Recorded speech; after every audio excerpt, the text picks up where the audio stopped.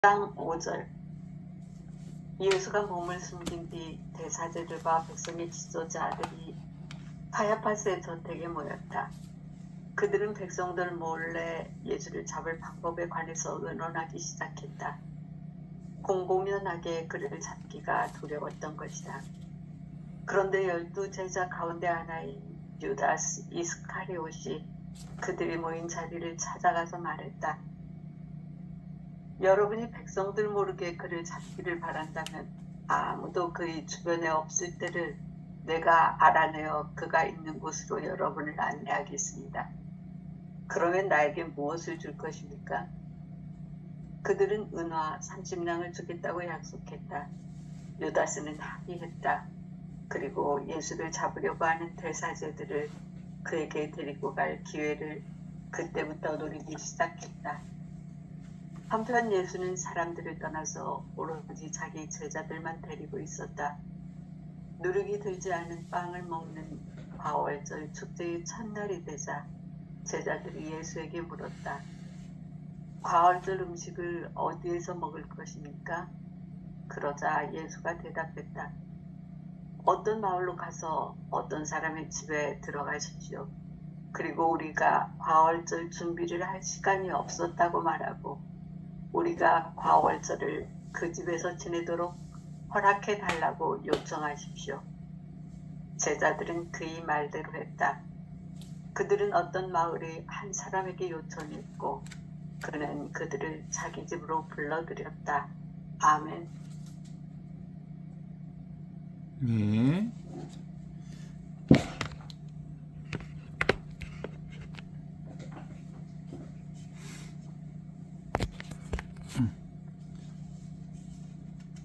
톨스토이 복음서 10장 5절의 얘기를 보면 스토리로 되어 있죠. 스토리. 성경의 전반적인 스토리 중에 큰 흐름은 대사제들이 나와요. 그리고 거기에 대사제장이라고 가야파가 나오고 그 다음에 이스카리옷 유다스가 나오고 그 다음에 유다가 이제 예수님을 은 30냥에 팔아먹는 얘기가 나오고 그 다음에는 과월절이니까 이스라엘 백성들의 명절인 과월절, 해방절, 무교절이라고 하는 그때 얘기가 우리도 이제 내일 모레 명절이니까 민족 대명절을 맞이한 거거든요. 명절에 누룩이 들지 않는 빵, 누룩이 들어있지 않는 빵은 에집트에서 나올 당시에 시간이 없고 누룩이 부풀 시간이 없으니까 누룩 없는 빵을 먹었던 것을 기념하는 이게 이제 우리 미사 때 하는 성취하고 똑같은 거예요. 그게 이제 이스트를 넣지 않는 효모를 넣지 않는 그냥 빵. 그래서 빵이라고 보기보다는 오히려 떡에 가까운 것. 요걸 먹었다는 얘기가 나오고 과월절 음식을 어디서 먹으면 좋겠습니까? 라고 하는 이러저런 요청에 따라서 제자들 이러저런 얘기가 나와요. 이건 스토리로 읽으면 스토리가 무슨 의미가 있어요? 아무 의미가 없어요. 그래서 어쨌다는 거야. 실제로는 여기 이 복음을 통해서 전해주고자 하는 진리를 어떤 방식으로 보느냐가 지금 이 사건의 핵심이거든요. 그러니까 실제로 대사제들과 백성의 지도자들이라고 말하는 사람들을 대표로 한 가야파, 당시에 최고 대제사장이었던 가야파를 중심으로 한 기득권들, 종교 지도자들, 그들은 진리를 어떤 방식으로 보았냐면 진리가 따로 있다고 보는 방식과 예수님은 진리가 따로 없다라고 보는 방식이 정면으로 충돌하는 거예요. 그러니까 실제로는 당대 종교 지도자들은 모세 율법을 통해서 자신들이 진리를 확보하고 있다. 하느님 메시아 그리스도를 자기들이 쥐고 있다, 갖고 있다, 확보하고 있다. 그것이 어디에 있냐 그러면 율법에 있다, 성전에 있다. 그리고 그것을 확보할 수 있는 계층이 있는데 그게 바로 사제이고 대사제이고 그리고 그 진리를 소유하는 사람들이 따로 있다. 이렇게 보았던 방식에서 예수님은 완전히 다른 방식을 얘기하잖아요. 예수복음은 지금 있다, 여기 있다, 이 순간에 있다. 진리라고 하는 것은 따로 있지 않다. 규정되어 있지 않다, 고정되어 있지 않다, 확보되어 있지 않다. 늘 있다, 항상 있다, 언제나 있다. 누구에게나 있다, 어느 시대에나 있다, 모두에게 있다. 이렇게 그 상황 자체가 이제 달라지는 방식 때문에 위협을 느낀 거예요. 기득권자들은. 자신들이 진리를 가지고 있다고 생각하는 사람들에게 있어서 예수의 이 진리 선포 방식, 이 예수의 진리라고 하는 그 복음 선포는 어마어마한 위기를 봉착하게 되어 있었고 그에 따른 이 스토리가 지금 이렇게 이어지는 거예요.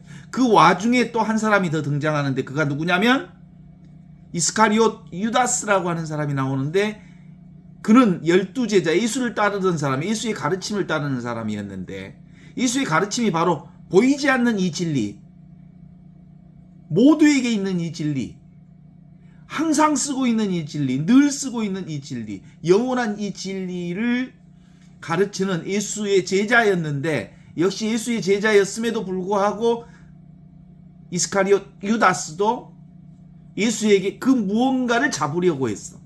잡으려고 하고 이해하려고 하고 아무리 이해해봐도 이해할 수가 없는 예수에게서 이제 등을 돌리기 시작했고 그래서 결국은 대제사장 을과 모임이 있는 가야파의 모임에 예수를 은전 30냥에 팔아 넘기는 사건을 하게 되는 거거든요. 자, 이제 이게 근본적인 그 진리 추구 방식에서 나오는 아주 큰 오류를 드러내는 진리 방식이거든요. 우리 그렇게 살아왔잖아요. 저도 얼마나 열심히 살았는지 몰라요. 좋은 신부 되고 싶었어요. 그리고 착한 신부 되고 싶었어. 어떻게 살면 착한 신부가 될 것 같았고 좋은 신부가 될 것 같았고 좋은 신자가 될 것 같았어요. 그래서 그렇게 열심히 살았는데 그런 건 아니에요. 예수의 복음은 예수의 진리는 이미 네가 하느님의 기쁜 소식이다. 이미 네가 구원되었고 해방되었고 자유와 은총 가운데 축복과 은총 가운데 살고 있다는 것이 바로 예수 복음의 핵심이었거든요. 그죠?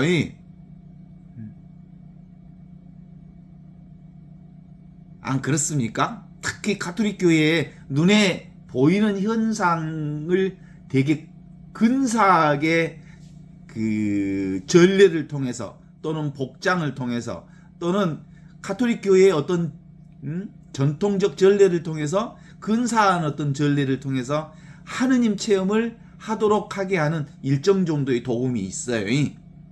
도움이 돼요, 사실은. 인간은 근본적으로 보이는 것을 통해서 보이지 않는 이 하느님을 체험하는 어떤 방식이 있으니까. 그런데도 불구하고 너무나도 보이는 것을 붙잡으면 그것에 붙들리는 거지. 그런 방식의 가톨릭 교회의 전례 문화들이 사실상 있죠. 그죠? 가톨릭 신부로서 그 서품 받아서 살면 왠지 내가 브랜드 값이 높은 그런 존재인 것처럼 착각하게 하는 만드는 그 무엇이 있다고요. 그래서 있는 그대로의 내 존재를 보기보다 신분으로서의 나의 존재를 평가하거나 생각하게 만드는 부분들이 있다고. 요즘에 이제 서품식이잖아요. 서품식 맞죠? 서품식에 이제 첫 사제들에게 그 안수를 받으면 다른 이미 오래된 사제나 주교나 신부들에게 안수 받는 것보다 특별히 효과가 있다고. 그래서 첫 사제서품을 받고 온갖 사람들이 줄지어서 첫 사제들에게 첫 강복을 받기 위해서 줄 서 있는 것을 봐봐. 그건 무슨 뜻이야? 어떤 행위 외에는 특별한 은총이 있다. 이렇게 보는 거예요. 이게 사실은 뭐예요? 가스라이팅 하는 거예요. 어떤 행위에게 특별한 은총이 있다. 그런 거 없어. 예수님의 가르침은 어떤 특별한 것도 없다. 모두가 특별하다. 항상 특별하다. 늘 축복이다. 늘 온전하다. 늘 완전하다. 늘 구원되어 있다. 어디에도 묶여 있지 않는 이 하느님의 진리라고 하는 건 따로 있지 않다. 이게 바로 예수 복음의 온전한 성포였거든요. 그래서 그 예수 복음은 늘 지금 여기 이 순간 나로서, 나의 본분으로서 자유와 해방과 구원을 사는 복음이 예수 복음의 핵심적 포인트였단 말이죠. 이제 그런 점에서 이제 이 복음을 이렇게 읽어보면 좋겠어요. 예수가 몸을 숨긴 뒤에 제자들과 백성들의 지도자들이 가야파스의 저택에 모였다. 그들은 백성들 몰래 예수를 잡을 방법에 관해서 의논하기 시작했다. 공공연하게 그를 잡기가 두려웠던 것이다. 이건 이제 사건으로 읽지 말고 이들이 왜 그랬는지를 보는 거예요. 그들은 뭘 잡고 있는 사람들이잖아. 종교의 기득권자들이고 진리를 담보하고 있다고 생각했었고,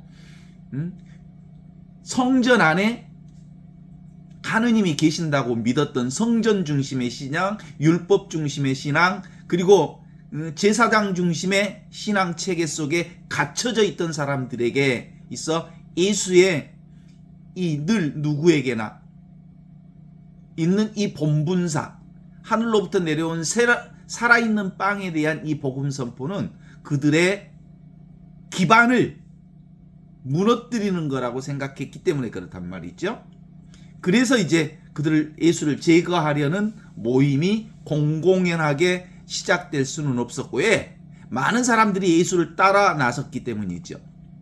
그런데 12제자 가운데 유다스가 이스카리옷 그가 그 종교 지도자들의 모임 가운데 찾아가서 여러분이 백성들 모르게 그를 잡기를 바란다면 아무도 그의 주변에 없을 때 내가 알아내어 그가 있는 곳으로 여러분을 안내하겠습니다.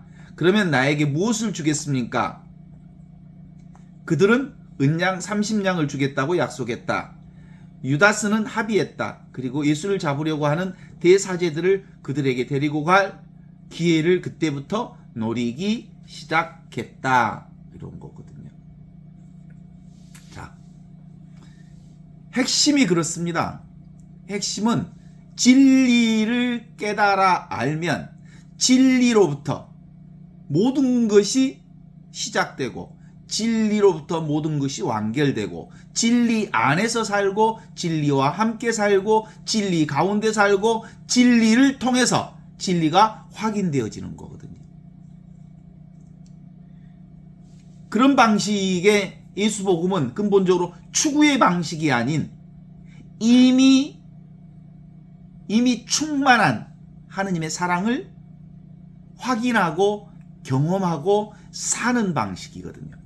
따라서 예수를 12제자의 제자로서의 이스카리옷 유다스는 실제로는 예수의 가르침을 3년 내내 들었었을 테니까 수없이 많이 들었겠지만 그가 삶으로서 그것을 체득하지 못했기 때문에 결국은 계속해서 머리로 생각으로 이해하고 잡고 추구하고 자기 방식의 틀 안에서 예수를 그리고 진리를 안아보려고 했기 때문에 결국 잡지 못하고 누구요?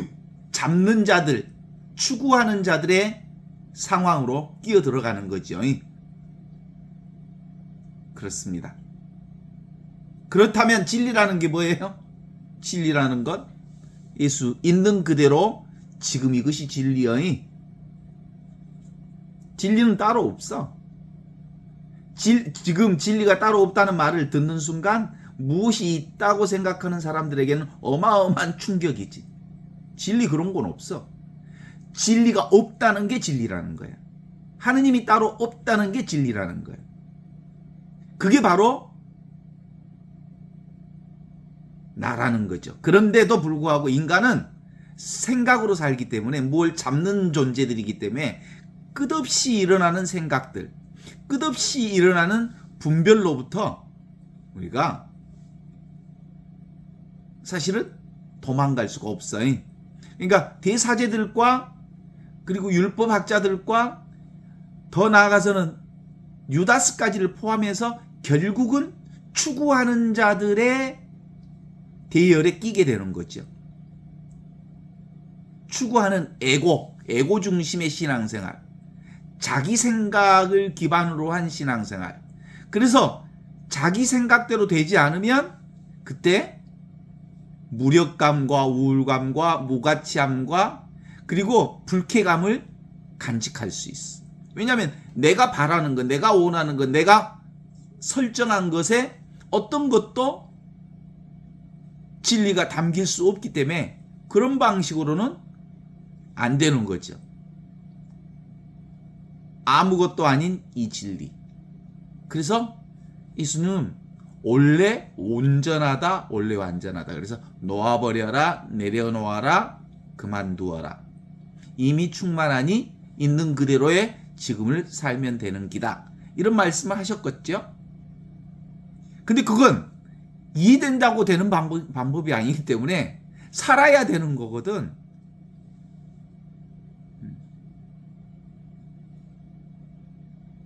나는 너무 우울해. 나는 되는 일이 없어. 그래서 어제도 잘 아는 어떤 분이 스스로 목숨을 끊었다고 쪽지를 보내왔던데, 나는 너무 우울해. 나는 너무 슬퍼. 그렇게 생각한 건 뭐예요? 우울한 내가 진짜 난 줄 알아. 슬픈 내가 진짜 난 줄 알아. 아픈 내가 난 줄 알아. 맨날 어렵고 힘든 과정을 겪은 내가 난 줄 알아.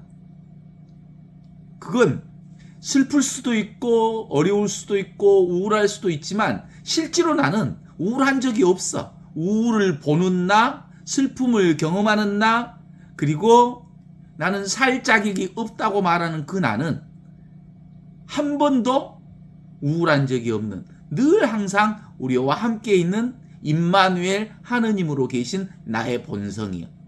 그걸 만나지 못하니까 오고 가는 기분에, 상황에, 조건에 끄달리게 되는 거죠. 우리는 원래부터 살 자격이 있는 천재들이, 하늘로부터 내려온 살아있는 생명들이요. 그죠? 이것만 분명하면 돼. 내가 금이라고 생각하면, 금이라고 하는 걸 따로, 금으로 금반지를 만들면 금반지가 되는 거죠. 팔찌를 만들면 팔찌가 되는 거죠. 금으로 금송아지를 만들면 금송아지가 되는 거죠. 금으로 요즘에 뭐 여러 가지 것들, 금 보석들을 만드는 금 보석들이 되지요. 그러나 모두가 뭐예요? 금이죠. 그것이 형태는 금반지든 금팔찌든 금송아지든 금돼지든 여러 가지 모습을 드러내고 있지만 모두가 다 뭐예요? 금인 것처럼. 자, 밀가루로 칼국수를 만들었어. 뭐예요? 본질이 밀가루예요. 호떡을 만들어도 밀가루고, 만두를 만들어도 밀가루고, 쿠키를 만들어도 밀가루고, 본성은 모두 다 밀가루인데 그 밀가루를 가지고 여러 가지 형태를 드리고 있는 거거든요. 그러니까 나는 원래 이거요, 이거. 물이 물결을 치는 것처럼 온갖 물결을 다양한 모습으로 드러내고 있지만 내가 경험하는 모든 물결은 다 이 물이요, 물. 그래서 나라고 하는 건 정해져 있지 않는, 늘 쓰고 있는 이게 바로 원래부터 구원된, 원래부터 온전한, 원래부터 완전한 하느님의 축복. 그게 바로 나라고 하는 복음 선포를 해주셨어요. 그런 내가 바로 하느님의 아들로서 지금 여기 살아가고 있는 거예요. 그게 예수 복음이거든요. 그래서 우리는 늘 하느님의 아들로서 지금 여기를 이렇게 경험하고 있어요. 보는 놈, 듣는 놈, 느끼는 놈, 아는 놈. 보고 듣고 느끼고 아는 놈은 볼 수도 없고 느낄 수도 없고 들을 수도 없고 알 수도 없지만 이건 항상 나와 함께 나의 본성으로 나의 본 모습으로 살고 있는 전지전능 하느님이 내게 분명하다고 하는 것을 이 복음을 깨달아 알면 온갖 것이 다 뭐라고? 다 나라고. 나를 드러내고 있는 어떤 방식을 경험하든 하느님을 경험하고 있다고. 그래서 모든 것은 눈에 보이는 모든 것 범소유상 계시허망이라고 그래. 우리가 보고 있는 모든 것은 허망한 거예요. 사실은 일시적인 거 한시적인 거 그리고 잠시 순간적으로 드러났다 사라지는 것들이거든요. 진짜는 보고 있는 이거이. 그래서 우리는 늘 이게 깨달아지면 그때부터는 관상 생활이 가능해지거든요. 매 순간 이거니까. 그런 점에서 한편 예수는 사람들을 떠나서 오로지 자기 제자들만을 데리고 있었다. 누룩이 들지 않는 빵을 먹는 과월절 축제의 첫날이 되자 제자들이 예수에게 물었다. 그러니까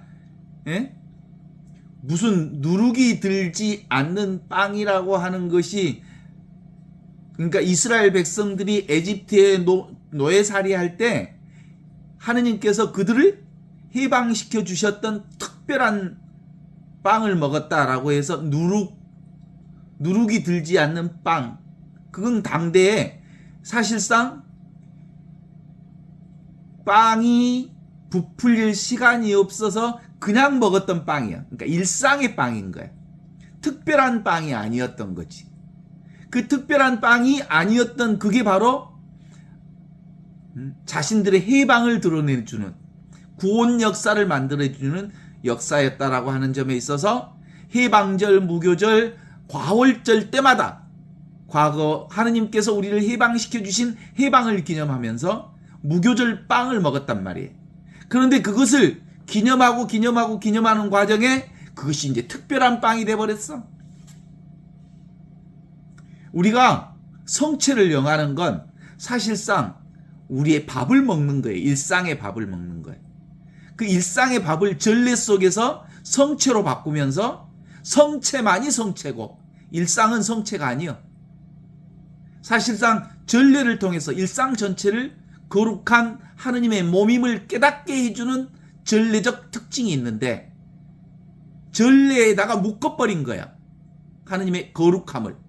일상 자체의 거룩함을 전례를 통해서 공동체가 함께 노래하고 찬양하고 기뻐하며 미사를 봉헌하는 건데 성체, 미사성 전례 안에서의 성체만 거룩하고 우리가 매일매일 매 순간순간 먹는 온갖 먹거리들은 그냥 특별한 것이 아니라는 거라고 생각했던 거예요. 그래, 그게 뭐예요? 특별한 것을 추구하는 인간들의 오류라는 거예요. 예수복음은 뭐라고요? 우리가 먹는 모든 게 성체다. 우리가 경험하는, 알고 있는 우리 물질적 세상 전체가 하느님의 몸뚱아리다. 하느님의 몸이 아닌 게 도무지 없다. 라는 점에 있어서 누룩이 들지 않는 빵을 먹는 과월절 축제 첫날이 되자. 그러니까 과월절 축제라고 하는 게 따로 없어. 매 순간이 과월절이야. 매 순간이 해방절이야. 매 순간이 이 거룩한 하느님의 역사가 재현되는 현존의 순간이 바로 과월절이라는 거야. 주일이 따로 있는 게 아니야. 매 순간이 주님의 날이지.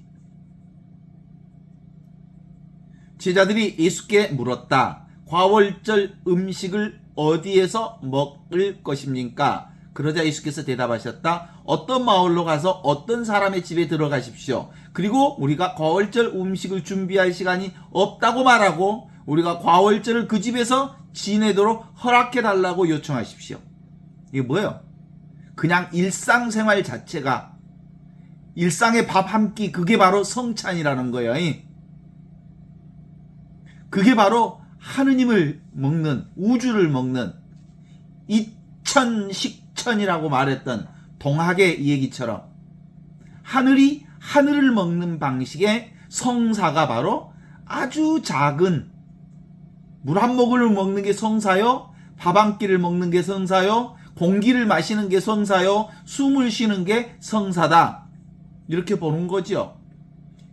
그게 바로 해방절, 과월절이라고 하는 게 따로 있지 않다. 늘 순간순간 매 순간순간 눈앞에 우리가 경험하는 모든 것이 과월절이다. 이런 걸 얘기하는 거예요, 사실은. 제자들은 그의 말대로 했다. 그들은 어떤 마을의 한 사람에게 요청했고 그는 그들을 자기 집으로 불러들였다. 우리 일상생활에서 들에 가는 사람들, 어이 이쪽으로 와서 한 끼 점심 먹고 가시오 하던 옛날 어른들의 밥 나눔, 생활 나눔, 그리고 사랑 나눔, 서로 친교, 그게 바로 성체를 나누고 생명을 나누고 삶을 나누는 과정이었다라는 걸 얘기하는 거지. 이걸 무슨 뭐 거대한 스토리로 설명하고자 하는 게 예수복음이 아니라는 거예요. 예수복음은 전체적으로 이런 거예요. 순간순간 찰나찰나 우리가 경험하는 모든 것이 바로 전지전능하신 하느님의 일이시다. 인생은 뭐예요? 없이 계시는 듯 있는 이 하느님을 통해서 있는 듯 없는 세상의 모든 것들을 경험하는 줄 알면 허상인 줄 알고 영원하지 않는 것들을 순간순간 감사롭게 수용하고 받아들이는 삶의 순응, 삶의 응답 과정, 그게 바로 하느님 나라를 사는 일이라고 볼 수 있죠. 요즘에 소설을 읽으니까 소설과 나의 인생과 그리고 내가 가끔 잠을 자다가 꾸는 꿈과 이 세 가지 요소가 사실상 전혀 차원이 다르지 않다는 걸 알게 돼요. 소설에 퐁 빠지면 소설이 얼마나 눈물겹고 가슴 저리고 그리고 그 사건 전개 과정에서 인간들의 그 진실한 마음들을 읽을 수 있고 사람들 사이의 마음을 읽을 수 있는 정말 놀라운 그 삶의 진리를 경험할 수 있어요. 소설만 그러나요? 근데 우리의 삶도 소설과 똑같아요. 꿈도 똑같아. 그런데 그건 영원하지 않지요. 책을 덮으면 지나가고 없는 것처럼 우리 인생도 하루하루 지나가고 없는 것처럼 꿈도 역시 우리 행복한 꿈을 꾸고 싶죠. 그런데 행복한 꿈을 꾸어도 이거고 행복하지 않는 꿈을 꾸어도 이거예요. 소설에서 수많은 얘기가 나오지만 다 어디서 보는 거냐면 지금 여기서 보는 스토리예요. 예수의 스토리도 지금 여기서 우리가 읽어보는 거고 톨스토이 복음서도 지금 여기서 읽어보면서 지금 여기를 확인하는 거예요. 살아있는 나를 확인하는 거고 칠판에 수많은 그림을 그려도 결국은 지우면 없어지지만 칠판은 그대로 남는 것처럼 보는 이건 늘 항상 있는 이 하느님의 놀라운 은총 가운데 있는 거거든요. 들에 핀 백합화를 보라. 하늘을 나는 새들을 보라. 그들이 길쌈을 하지 않아도 아름다운 옷들을 입고 꽃들을 피우고 솔로몬보다 더 아름다운 영광을 드러내고 있지 않냐? 그죠? 있는 그대로 지금 이대로 그게 바로 하느님 나라인 거예요.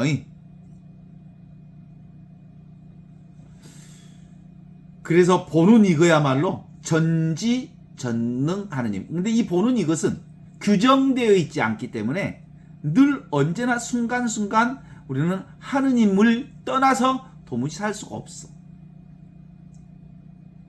그 집착만 하지 않으면 우리는 언제든지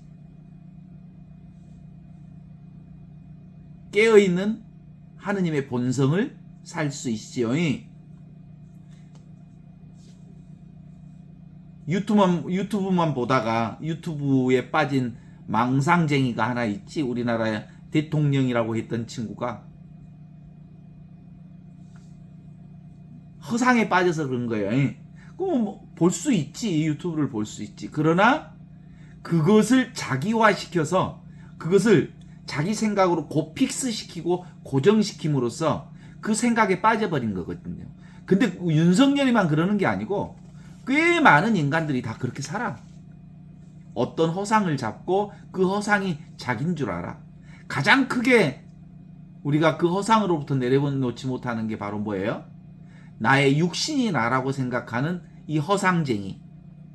그래서 육신을 자기로 설정하면서 사는, 그래서 육신이 죽으면 모든 것이 끝나는 줄 알지.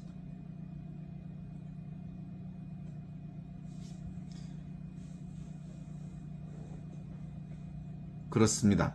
보는 견성은 이건 누구나 똑같이 쓰는 거거든요. 그죠? 그래서 멈추면, 눈에 보이는 것을 잡으려는 것만 멈추면 우리는 이렇게 보는 이게 얼마나 분명한지 몰라요. 이렇게 딱 이게 뭔 줄 알죠? 뭐가 봐? 아무것도 없는 자리에서 있는 것을 보는 거예요. 그러니까 나는 없는 거예요. 그죠? 맛없는 것에서 맛을 보니까 나는 맛없는 것이야. 그죠?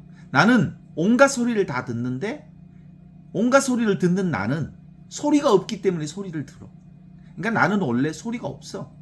용각산만 소리가 나지 않는 게 아니라 나도 소리가 안 나. 나는 모양이 없습니다. 나는 소리가 나지 않습니다. 나는 경험할 수가 없습니다. 나는 알 수가 없습니다. 나는 볼 수가 없습니다. 이 볼 수 없고 알 수 없고 소리가 나지 않는 이것이 진짜 나입니다.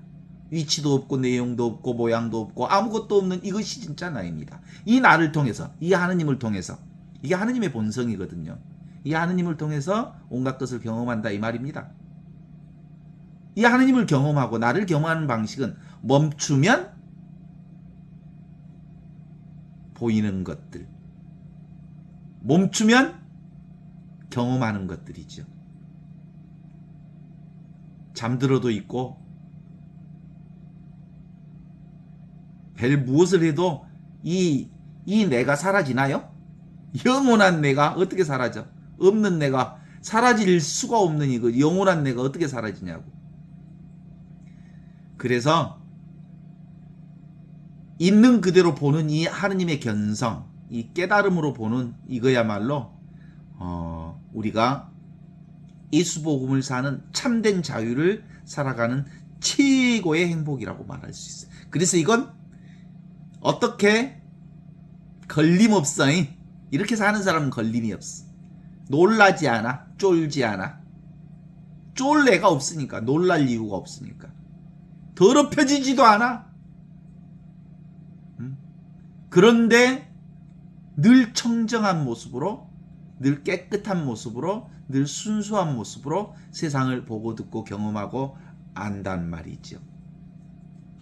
모든 꿈과 모든 세상, 그것들을 다 경험하는, 이게 그래서 전지전능한 나라고 그래. 전지전능한 하느님이 나여. 무한하고 영원하고 절대불변의 이 나를 통해서. 그래서 설 명절이 따로 있어 없어? 생각하면 있지. 근데 실제로는 지금 이 순간만 살지 무슨 설 명절이 따로 있어? 예? 그 제사의식도 우리 한반도의 꽤 오래된 전통처럼 생각되지만 오래돼 있지 않아요. 조선시대에 유학자들의 일부가 중국에 있는 제사를 받아들이면서 그것이 우리 한국 사회에 원래부터 있었던 문화처럼 그렇게 딱 굳어져 있는 것처럼 생각하죠. 신라 시대 때, 고려 시대 때 그런 제사 없었어. 아시죠? 그래서 그 중국의 유학자 일부들이 받아왔던 그 제사를 통해서 그 조선시대 여자들을 얼마나 고생시켰는지 그놈의 제사 때문에. 그냥 진리는 뭐예요? 지금 여기 서로 보고 듣고 느끼고 아는 이 자리가 바로 진리라는 거예요. 어떻습니까? 여기서 펼쳐지는 명절이지 명절이 따로 있어서 명절을 사는 게 아니고 내가 명절을 펼칠 수도 있고 경험할 수도 있고 그러는 거예요. 다 여기서 나오는 거지.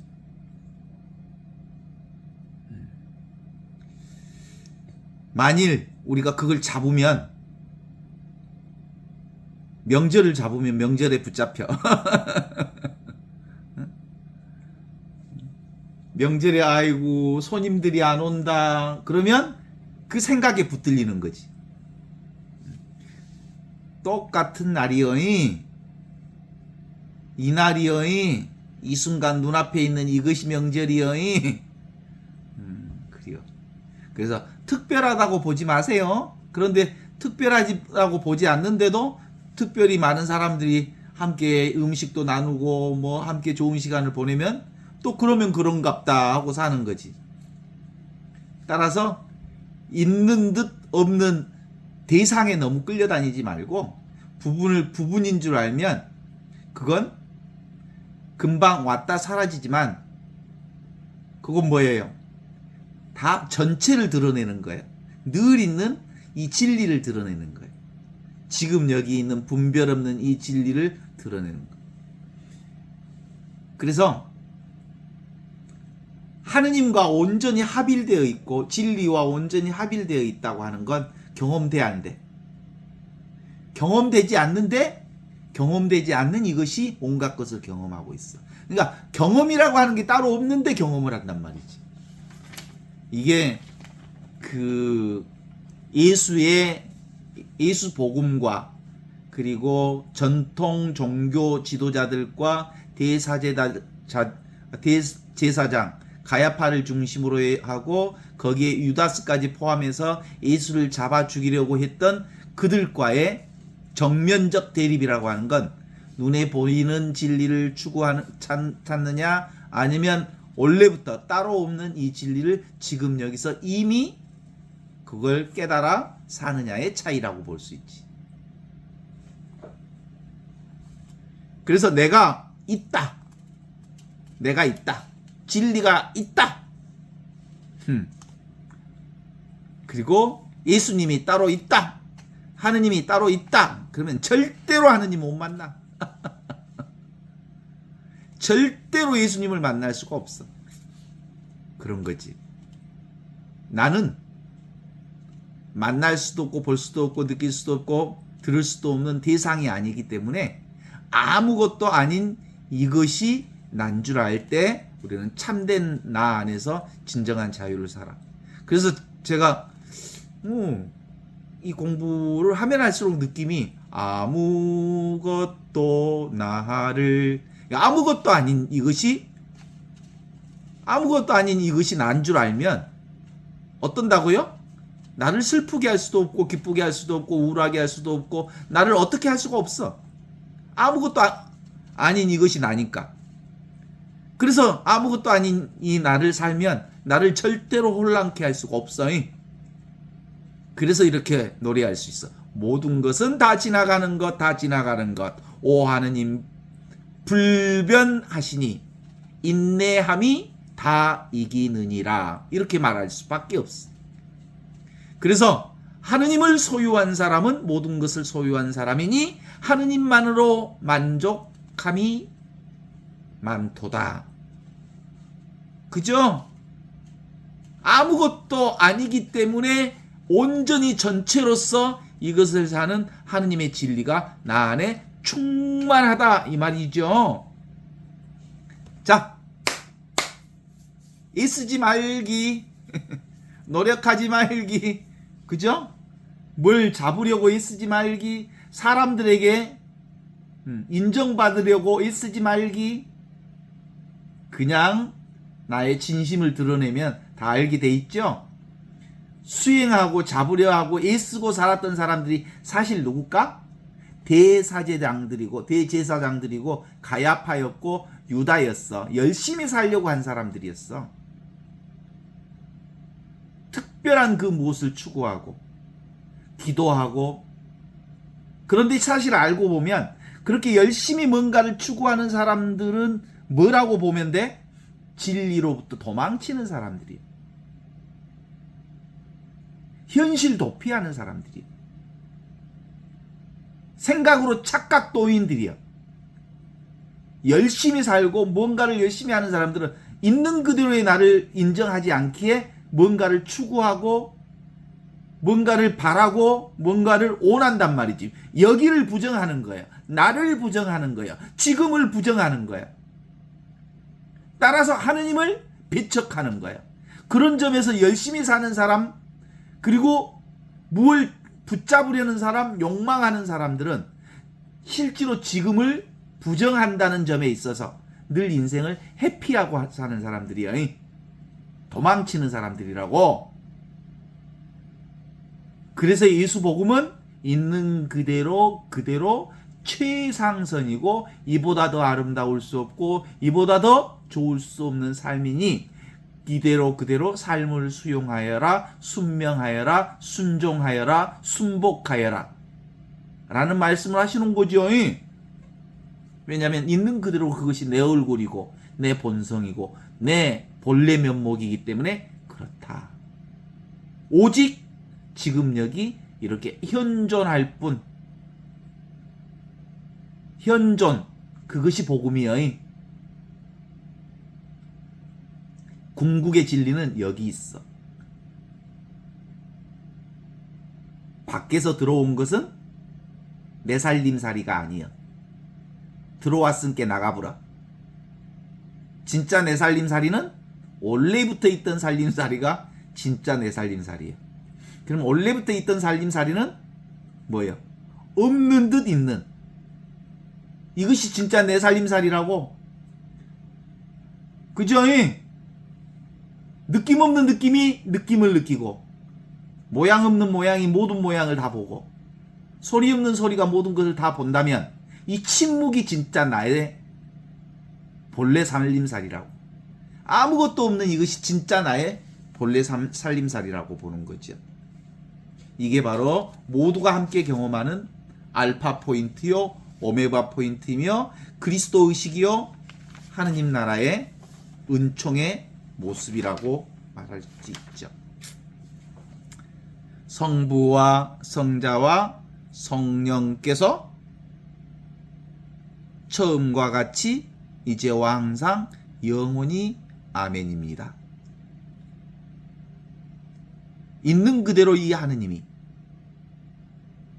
지금 이렇게 보고 있는 이 하느님이, 성부와 성자가 온전히 둘이 아닌 하나라고 깨닫은 이 하느님이 나의 일생 처음부터 처음과 같이 이제와 항상 영원히 하느님의 영광을 드러낼 것이라는 거죠. 그게 바로 예수 복음이고 모두가 경험하는 복음이고 언제나 경험하는 복음이거든요.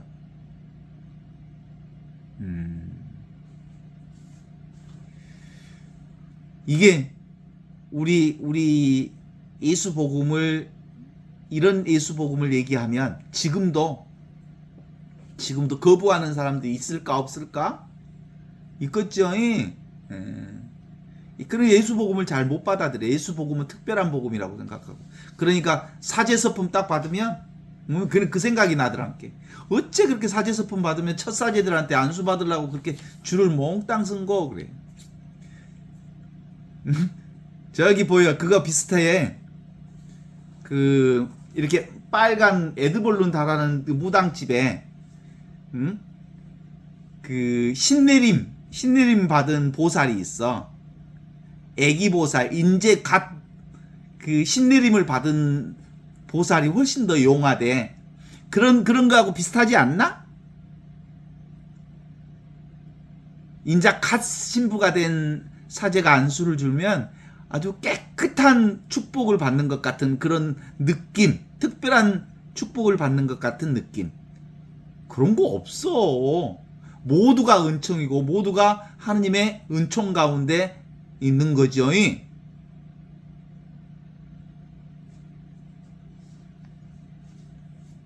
그래서 대상 경계를 추구하는 사람들은 늘 무언가를 추구해. 축복도 추구하고, 그것도 신선한 축복을 추구하고. 늙은 신부가 안수해주면 왠지 늙은 안수가 올 것 같고, 그런 거 없어. 그리고 또 안수를 하든 안 하든 모두가 축복이지. 안수를 해야 축복이 되고 안수를 안 하면 축복이 안 돼? 왜 그러냐면 우리 인간은 그렇게 뭔가를 추구하는 게 습이 되어 있어서 그래. 추구하는 사람은 늘 부족한 느낌이 있거든. 그래서 만족을 추구하게 돼 있거든. 그게 인간의 어리석음이거든.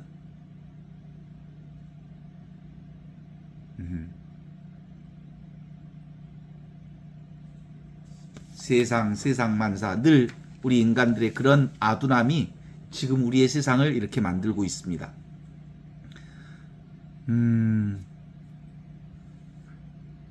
지금 그런 생각을 해보면 나도 참 신학생 때부터 그 진리를 이 예수 그리스도의 복음을 산다기보다 예수 그리스도께서 나를 예쁘게 볼 만한 행동을 하기 위해서 애썼던 사람이에요.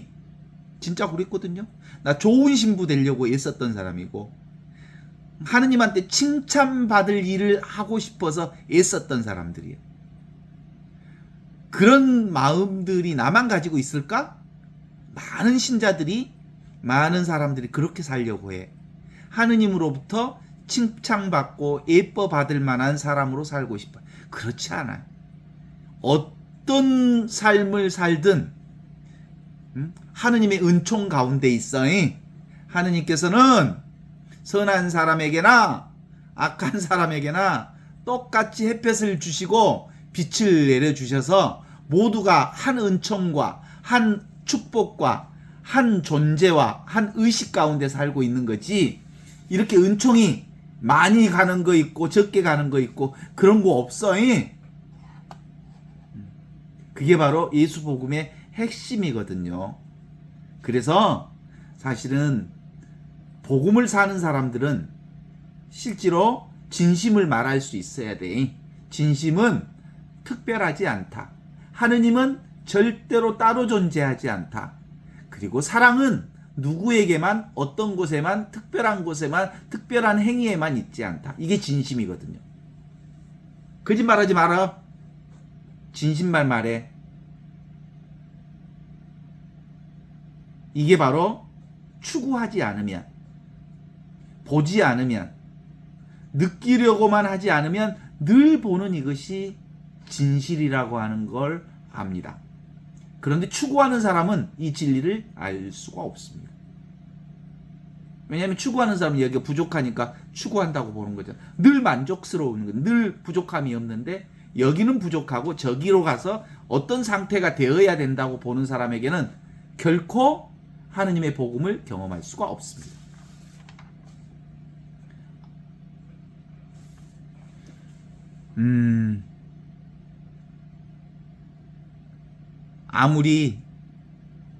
아무리 걸어도 이 자리고 아무리 보아도 이 자리 있죠.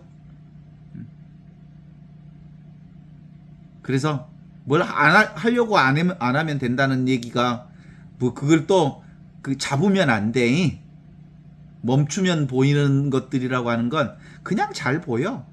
그냥 잘 들리고 그냥 잘 느끼고. 그런데 내가 잘 들으려고 하니까 잘 못 들어. 내가 잘 살려고 하니까 진짜 잘 사는 게 안 돼. 그죠? 내가 건강하려고 했으니까 내가 건강하지 않다는 쪽이 너무 강하게 내 안에 들어와 버려요. 그냥 건강하지 않는 상태도 그냥 있는 그대로 나의 이 존재를 경험하고 있는 거지. 보는 견성, 이 의식분이라고 하는 이 온축복의 하느님의 복음이 우리 안에 온전하게 형성될 수 있다는 건 그냥 사는 것이지요. 그래서 관상생활이라는 게 어려운 거 아니네요. 그죠? 관상생활 어렵지 않아요. 잘 보려고 하니까 어렵지. 그냥 살면 되는 거니까. 그게 다 성사생활. 그러니까 핵심은 그거예요. 다들. 삶을 긍정하는 겁니다. 내가 삶을 사는 게 아니고 삶이 나를 산다고 긍정하면 삶을 수용하고 받아들이고 감사하게 되는 거죠. 그래서 삶은 문제가 1도 없어. 뭐가 문제예요? 문제라고 보는 내가 문제지.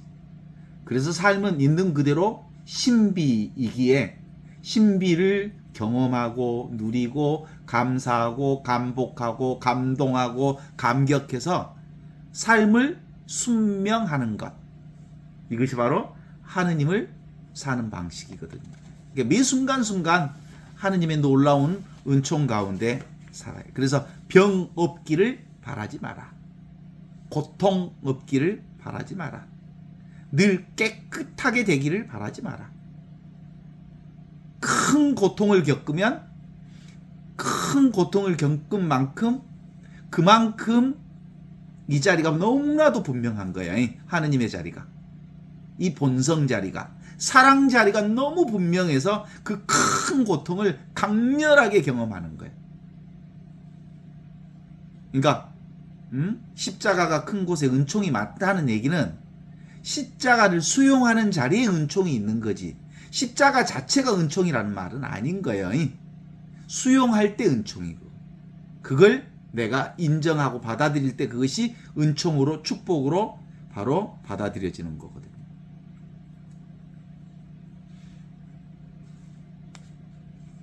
시작과 끝이 이 자리에 있으면 따로 없습니다. 이 자리는 시작의 자리요 끝의 자리입니다. 알파요 오메가입니다. 이 자리는 부분인 것 같지만 전체입니다. 내가 나라는 개인을 사는 것 같지만 나라는 이 개인이 전체 우주를 하느님을 살고 있습니다. 그래서 구경각 원래 있는 자기 자리로 돌아오십시오. 원래 있는 나 자리는 없어요. 없는 데 있는 자리. 없다는 얘기는 전체가 나라는 거죠. 그래서 텅 비어 있는데 너무나도 충만한 자리. 이것을 오늘 예수님은 일상생활 자체가 바로 뭐예요? 진리를 사는 생활이다. 평상심 그대로가 하느님의 축복을 사는 길이다. 예수 복음은 특별한 걸 말하지 않았다. 예수 축복은 어떤 사람만 특별한 사람이라고 말한 적이 없다. 모두가 지금 여기 이걸 경험하는 이 자리가 바로 우주의 특별한 은총 자리요 온 축복의 자리다 라는 것을 말씀하셨다는 거 아니겠습니까?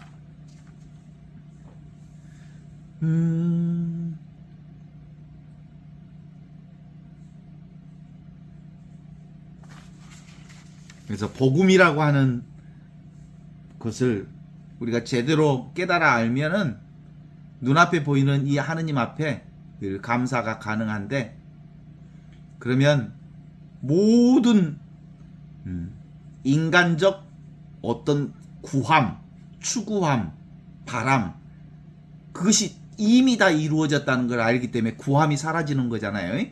그래서 모든 인연을 끊어요.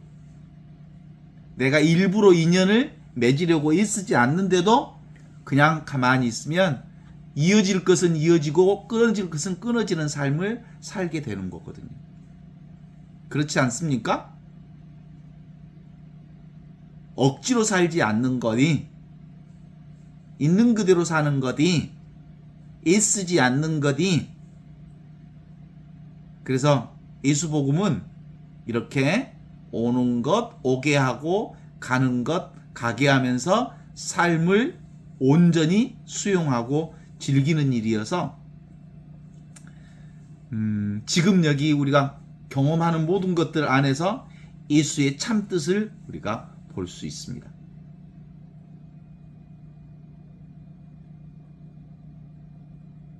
우리가 보는 유형의 세계는 오고 가는 세계잖아요. 둘인 세계잖아요. 그죠? 콩 심은 데 콩 나고 팥 심은 데 팥 나고. 그래서 많이 베풀면 많이 들어오고 많이 주면 많이 받고 그런 세상의 법칙이 있지만 그 세상의 법칙 그대로가 뭐예요? 이 진리의 법칙이요. 그렇지 않습니까? 주면 심은 대로 거두는 법칙이 바로 하느님의 법칙이지. 상대 세상이 곧 절대 세상에 그 진리를 그대로 드러내고 있기 때문에 아무런 부족함이 없는 그 복음이 지금 이렇게 드러나고 있는 거거든요.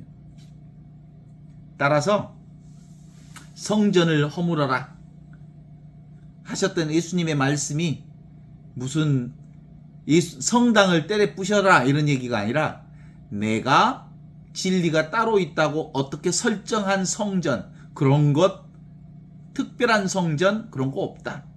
실제로 내가 경험하는 모든 것이 하느님의 성전이다. 이런 얘기를 드리는 거죠. 있는 듯 없는, 없는 듯 있는 이 영원한 생명이 예수 복음으로 우리 안에 자리 잡으면서 사실상 기득권을 확보하려는 가야파를 비롯한 대사제장들과 그리고 특별한 예수에게서 특별한 것을 찾고자 했었던 가리오 사람 유다까지도 예수를 팔아넘기고 예수를 잡아 죽이려고 했어요. 진리는 아무것도 아니어야 아무것도 없는 데서 늘 모든 것이 이렇게 경험되어야 그래서 진리를 따로 찾지 말아야 라고 말하고 있을 때 기득권자들은 되게 불편할걸요? 잡고 있는 것들이 많은 사람들은 그렇습니다. 이 공부를 하면서도 이 공부가 나에게 되게 불편하다. 그러면 내가 뭔가를 잡고 있는 사람이요, 추구하는 사람이요, 원하는 사람일 수 있어. 이 공부를 하면 할수록 정말 자유를 더 느끼고 이걸 통해서 진짜 나의 참된 모습들을 이렇게 알아가고 그래서 어디에도 걸림없는 삶이 되는 경우가 아니라면 뭔가 부담스럽다 그러면 내가 추구하는 게 있다 이렇게 보면 되지 않겠습니까?